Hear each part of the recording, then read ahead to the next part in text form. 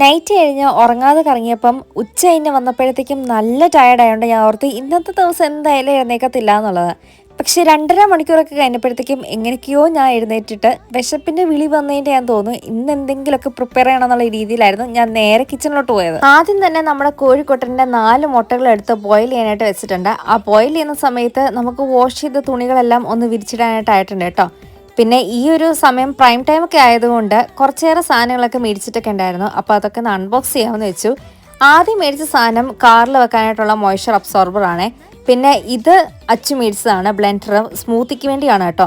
അപ്പം നമ്മൾ നേരത്തെ മിക്സിക്കകത്തായിരുന്നു എല്ലാം ചെയ്തുകൊണ്ടിരുന്നത്. പക്ഷെ അച്ചു പറഞ്ഞു സ്മൂത്തിക്കായിട്ട് നമുക്ക് സെപ്പറേറ്റ് ആയിട്ട് ഒരു ബ്ലെൻഡർ മേടിക്കാമെന്ന്. അങ്ങനെ പുള്ളി തന്നെ ഓർഡർ ചെയ്തതാണ്. ഈ പ്രാവശ്യത്തെ പ്രൈമിന് അച്ചു നേരത്തെ പറഞ്ഞിട്ടുണ്ടായിരുന്നു ടോസ്റ്റർ മേടിക്കണം എന്നുള്ളത്. അങ്ങനെ അച്ചു ടോസ്റ്ററും മേടിച്ചിട്ടുണ്ടായിരുന്നു. ഇതൊന്നുമല്ല നമ്മുടെ ഇന്നത്തെ സ്പെഷ്യൽ. നമ്മുടെ ഇന്നത്തെ സ്പെഷ്യൽ ചിക്ക് പീസ് സാലഡാണ് കേട്ടോ. അങ്ങനെ സാലഡും കഴിച്ചിട്ട് ഇന്നത്തെ ദിവസം അങ്ങനെ അങ്ങ് വൈൻഡപ്പ് ചെയ്തു.